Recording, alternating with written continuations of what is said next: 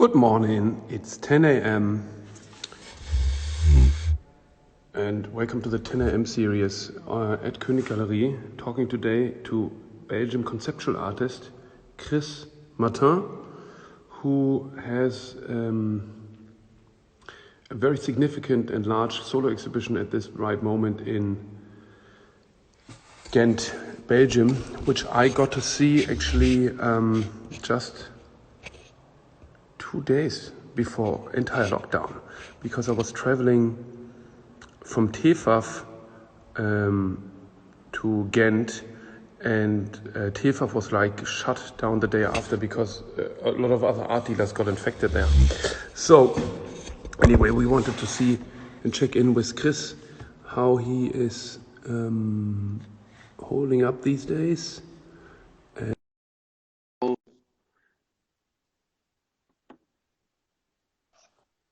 Hello, Kris. Hi, Johan.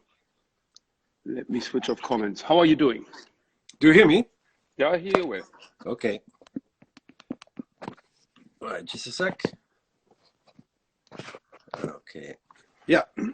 How are you? Fine, and you?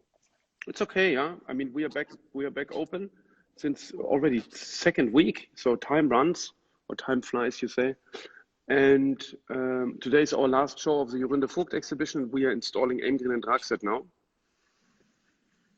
And I mean, the moment of transition is kind of strange because, you know, it's not locked down, but it's also not back to normal. So it's like a slow transformation, and kind of unseeable now how the aftermath will be of post entire shutdown. And who knows what will happen this year in terms of fairs, in terms of buying power anyway. And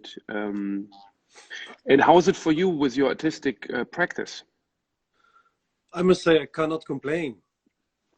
You know, everybody's talking after, but I don't think there will be an after. It's just, I think, another time. It will be another life anyway. So, like maybe you are doing, or you're certainly doing, I'm kind of rethinking my practice. And why I cannot complain is simply because when I'm busy with my work, because I'm pretty much absorbed by my family life, where the kids are at home and the youngest will be at home for half a year. So this is quite absorbing. Why half a year? Because it's been said that no, kindergartens are closed, or? Yes, but so well, the lockdown began in March, and he will only go to school in September. So that's half a year. But I don't talk about children. The thing is, I have less time for my work and I have more time for my work at the same time, because when I'm working more thoroughly and more focused. And simply because I realized that I had a lot of stuff to do around my work. And now I have the feeling that I'm busy with the core of my work. So yeah, I'm developing quite some new projects, and this is going really, really well. And I have here lying, for example, this artist book you just published with Distanz and the Smug. I think because it was released in conjunction to your retrospective. I don't know if you like that word, but or survey show. And maybe you can tell us a bit what you did here, because I think that's an older project, but it's the first time it's been published. It's all your handwriting, but it's not your book. So it's your handwriting, but it's not your story. No. This is The Idiot by Fyodor Dostoevsky. And in the years 2004, 2005, I copied the story entirely by hand. So identifying myself with protagonist Lev Mishkin, the idiot. And so it resulted in a copy. I was acting like a medieval monk, if you want. And it was a kind of statement because it's not out of being falsely humble or too humble, but I have more the feeling after 20 years of practice that I'm more finding than creating. You know, I'm observing, I'm finding things, objects, and I'm combining them, and this creates a new story. But we are surrounded by billions of objects, and sometimes I don't feel the need to make a new object, you know. I really try to replace them or displace them, and this displacement creates another image, simply. And so it was really fun doing it, because I was not creative, I was just copying, and it gave peace in my mind. And why the idiot? Because it's still my biggest hero in literature. It's like an incarnation of Christ, if you want. There are others like Parsifal, Don Quixote by Cervantes. And so this idiot, Lev Mishkin, is also driven by compassion, which leads to his, it leads to disaster. And didn't you also replace the protagonist name? Yes, so I used Martin instead of Lev Mishkin, as if it were me, through the entire story. Yeah. And how long did you work on this? Like, how long did it take you to copy that book? A year, but not full time, of course. Mm-hmm, mm-hmm. Yeah. And your exhibition right now at SMAC, which I find really outstanding, and because it's what you were able to do there, I think, was like creating experience rooms, because it's, I would say, maybe 16 rooms or so, but 5 or 6 of them are very very impressive. So for example, there's one room with like dancing sculptures, and these are in fact old blockades from railway element. Unfortunately, the museum is still closed, no? Because originally we wanted to do it from the museum, but I think nobody can still get into the museum. No, in Belgium they are talking about the 18th of May to reopen things, but you know, it's unpredictable. It's just depending on how many people will still be hospitalized, and if the curve is going down, then of course Philippe van Koten, the director, is standby to organize himself and the museum and the staff to let in people in a very safe way, because I think musea are just the perfect thing to reopen, because there's lots of space.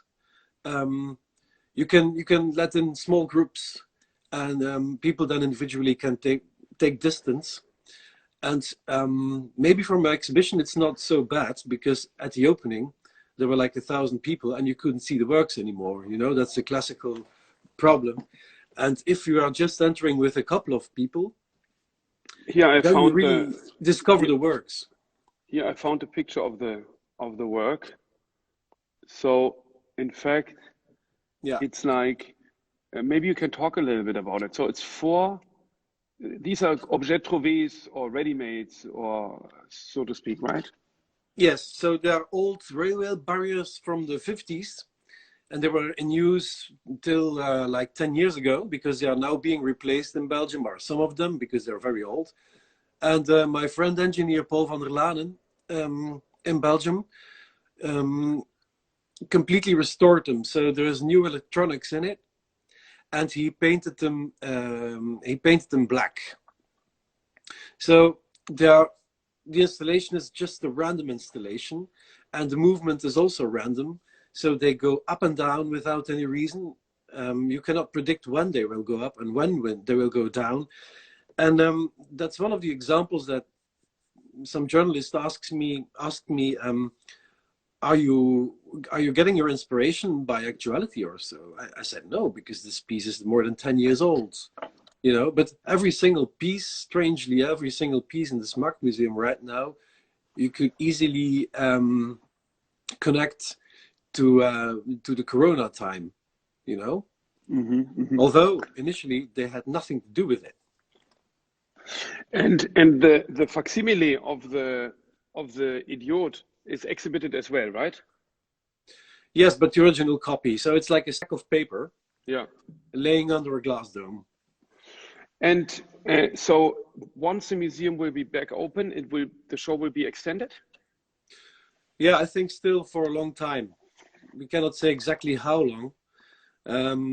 Because sometimes it's dangerous to say things. Like there was a Belgian museum director, and he had, of course, the best intentions, but he said, "Oh, let's open the museum as soon as possible," and it was really a realistic urge. Yeah, but on the other hand, if you do that, politicians and scientists will say, "Oh yeah, museum, maybe better not." So in order to avoid the problem, people can block the thing. And Philippe van Kouteren's strategy is more hiding a little bit, but being completely standby technically to reopen if possible tomorrow, you know? Because when you claim to reopen, it creates fear. Yeah, because people who are in charge now, they will avoid gatherings. So if you talk about reopening a museum, they will block the thing off, and that's maybe not so good. So we simply have to wait, because now Belgium is led by scientists. We have no government, we have no politicians. Everybody can hear that. I mean, I don't mind. We have no government for more than 500 days, and when a politician is saying something in the media, it's not in favor or in service for the people, you know? It's more an ego thing. Yeah. And so this pragmatism is really needed now. We have very good scientists who are just saying this you can do then and this you cannot do. Why? Because, and we have to follow that. If you see in Germany how the corona crisis was mastered, it was far more efficient, you know. But in Belgium there is like a vacuum, which is also very interesting, of course, at the same time. I also hear there's another work I would like to, because it's another facsimile, so to speak, you did. It's here you also copied a book, but you limit yourself to one page. Yes, that's Kafka's Verwandlung. A guy who wakes up in the morning and he changed into a beetle. And I have also copied this story by hand, but this time on one page. So I started on top, and when I was down the paper, I restarted on top. So I read it's over and over, line over line, you know, until you get a completely blurry carpet. So the entire story is there, but you cannot see it. Yeah. Here the top of the mountain is missing. We showed that back in how long is that ago? 10 years ago in Dessauer Straße. Yes. So it's like the mountain goal is and this is also very well installed in the SMAC, because you enter a dark room and then you only have this giant sword left there as if it was forgotten by some kind of giant or so. How did you came to that piece? Where's this idea coming from to create this giant, unusable, very well executed weapon or symbol of power, or what does it stand for? Well, it's not a blow up. That's very important to know. It is actually a weapon.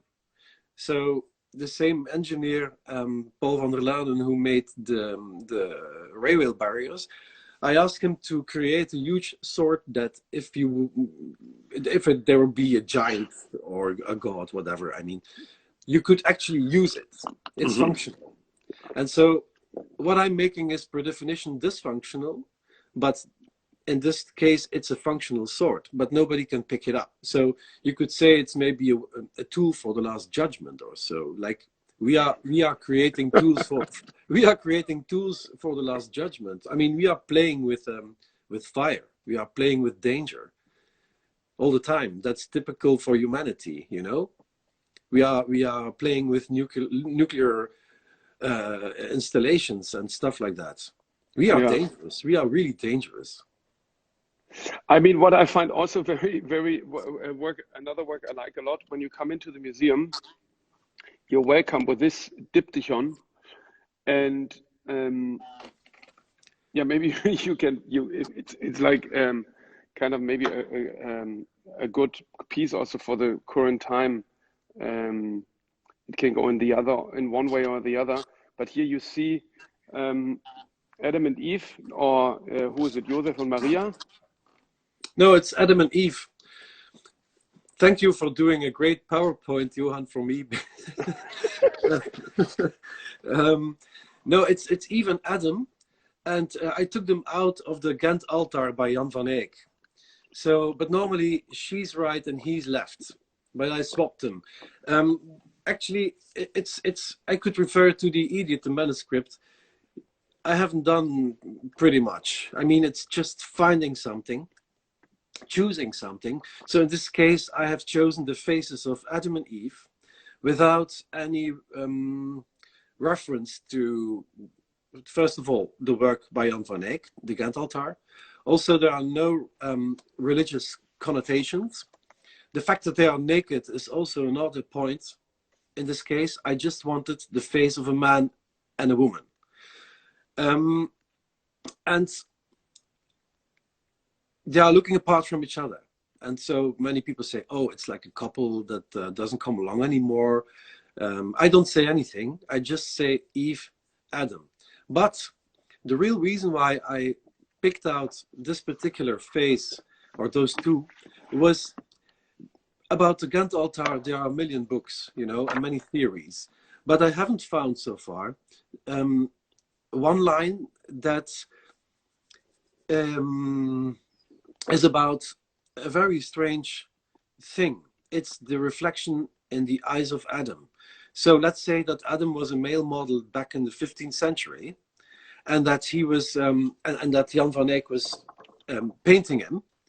If you look carefully, there was a chapel in the Ghent St. Bav's church. He had a kind of studio there to make the Ghent altar, and it was orientated in the south. So actually the eyes of Adam are reflecting the sunlight coming through the window. If you look at Eve, she must have been looking as a model into the nave of the church, into the darkness. And so she has no reflection of light in her eyes at all. Mm-hmm. And the thing is that in this very important work, there is that stigma of women, you know, she is the sinner, he's not. And so she has, she was actually the one who made sure that people couldn't return to paradise anymore. Yeah. Oh, yeah, so, yeah. Mm-hmm. You see, and so and still today it's very actual. Most women in the world are facing darkness, you know. Especially probably now. Yes. In this. Oh, and this is a piece we exhibited in Dessaustraße, and I remember well when Timo was like sourcing the balloon. This is also in Ghent, right? Yes. So this is the Ghent altar as well in Ghent, but the outsides of the altar, right? Yes. So I made a copy of the frame of the Ghent altar just after Jan Hoed died. That was a very important person to me, together with your father and Harald Zeeman. He was like, that were the three tenors. And I was so lucky to make acquaintance with Jan, and my work was immediately picked up by him. And when he died, they asked me to make like a salut d'honneur, like a salute. And a bigger exhibition was organized in Ostende, in Belgium. And that's at the seaside. And so on the beach, I installed this very piece. It's like an open window. It's the Ghent altar, but the panels are gone. And through the frame, you have like a tableau vivant, an ever-changing view and light. So you just see the sea and the air. And that was my personal salute to Jan, because I know that was his favorite work of art. Oh, actually, I was meant to show you anyway, and now I can do that. This is proof of the centerfold of the upcoming next König issue. And so we took this image of yours and then picked this quote here. It's a way of fighting against mortality, although you know that you will lose the fight. There are only two options. You get cynical or you try to use your time doing something that could mean something to somebody else. Yeah, that's at least what I'm trying. I don't want to sound like a preacher, Johan, but it's not too bad. I mean, this is so amazing seeing, for example, Jeff Koons speak, yeah, or following him. He gave me a tour through his studio once, and that's like, it's okay to be a preacher a little bit. No, but you know, if you want to know, my biggest enemy is cynicism. You know, you can reduce everything to zero with cynicism, and that's so easy. And so that's definitely not, because you know, Corona is now maybe an enemy. Of course, it's like a real thing. But in general, I mean, we as artists, we cannot function like artists in the 60s. It's not that we are planning a revolution against the church or against the government. And it gets dangerous because you think you have no enemies. So you have to define your enemies first now and then fight against them because they are not so obvious. Here are some interesting questions coming in. How this new situation will affect artists' practice for you? I think for me, like most artists, because when I'm in talk with colleagues, nobody's complaining.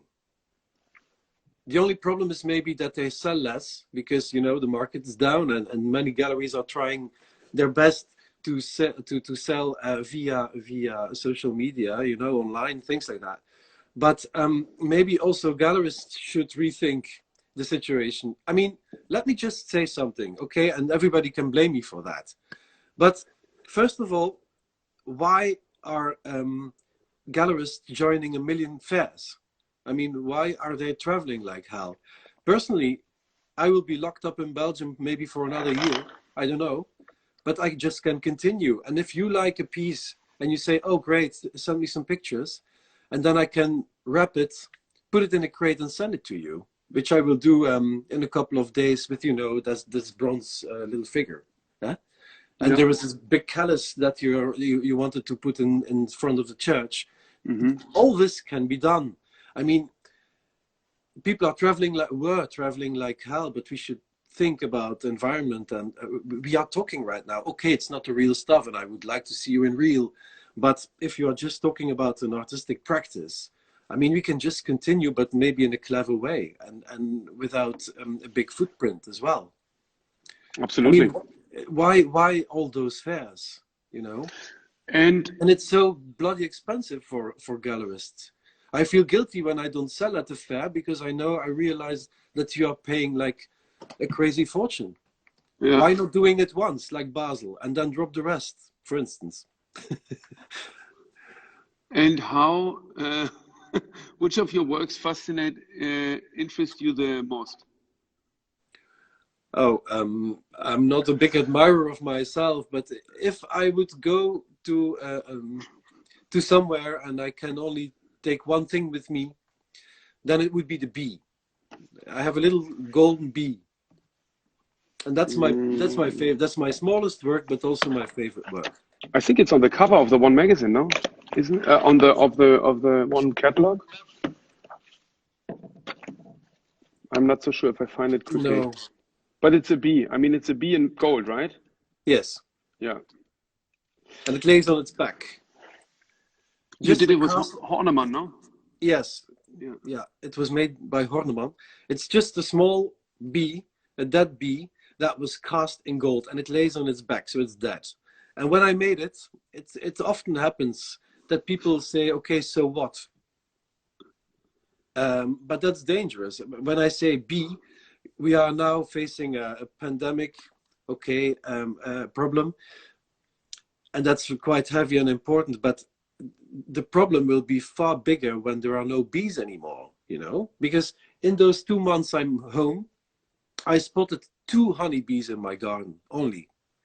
And if they're gone, we have a huge problem because, I mean, yeah, we cannot grow anything anymore then. Same with water. I had like an installation of many little vessels and pots and flasks with water. And when I presented it first time, like 5 years ago, people had something like water. And then, yeah, okay, but that's the next problem. I mean, water is a huge problem. And it's not that I'm a doom person or that I want to depress people, but I'm just trying to touch the big problems without moralizing, you know, because I cannot solve the problem. I'm not pretending anything. But Johan, what was very important, talking about the SMAC exhibition that you saw, Yeah. the content is quite heavy, maybe. Okay, I mean, it's not really funny. You are facing many huge problems of humanity. Okay, but Yeah, but it's I also was, very poetic exhibition and very I don't know. It's really it's a real I don't know, physical experience to walk through it.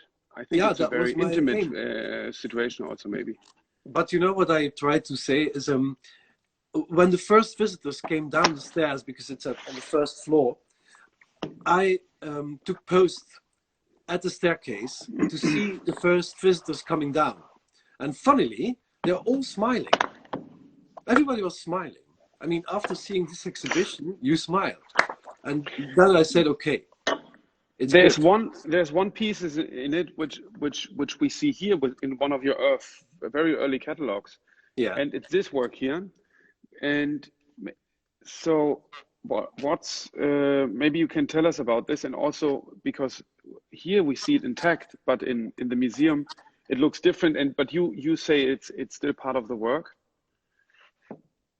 Yeah, this is an old bank safe. When I was living in Ghent, there was a bank that was being completely renovated, and they broke out those huge bank safes, and I could get hold on one. And you It's know, too small. I can't see it. those tiny knots, they show the entire alphabet.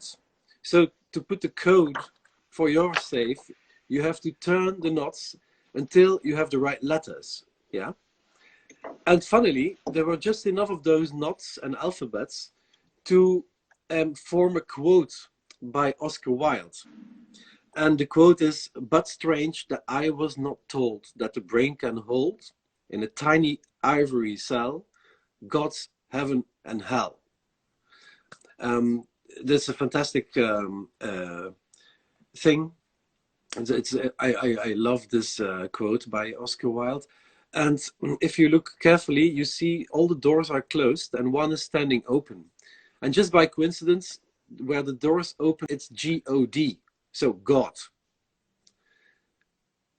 And then, of course, you can ask, okay, has God escaped, or is there any God at all? I mean, I'm the last to say, you know, but this is what I'm trying to do. I'm trying to make a new story out of found objects even, you know. Again, it's maybe an example of not creating, but more finding. And combining Oscar Wilde with the stupid bank safe. Creating just another story. But then what I think is interesting. Oh, and I found the bee, by the way, while Yeah. I was in the meantime trying to find what I was trying to show. Oh, this is a self-portrait of yourself, where you did a scan and then had your skull cast in silver. What is it? Aluminium or silver? No, it's silver-plated bronze. Silver-plated bronze. Here we go. And because now the safe looks like this. Yeah, You see something that's amazing. That's an amazing story. So a friend of mine, collector, bought it years ago, and recently they had burglars. You know, it was terrible. So burglars got in their house, and those stupid guys have lost tons of time because they thought my bank safe was the actual safe of the people. And so they try to open it, and you see traces of violence here we there. go. Yeah. Yes, yes.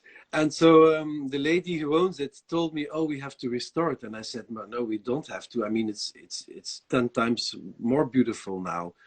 because it was totally empty, but nevertheless they tried to open it, as such losing a lot of time when they were in. So I thought also that was kind of interesting to share. Thank you so much, Kris. And I hope as soon as the museums are back open, we redo this and have kind of like at least a representation for all those who can't go to SMAC to experience this show. And then we have a little walkthrough. And in the meanwhile, stay safe and healthy and everything. And I'm looking forward to some new ideas. Yeah, well, I will send them soon. But one thing, the catalog of the SMAC Museum will be ready in a week. Oh, perfect. There is a beautiful catalog coming up. Great. Okay. Super. Thank you so much, Johan. Thanks, Kris, Take for care. taking the time. Ciao. Say hi to Isa and the kids. Bye. Bye. You too, Tulin.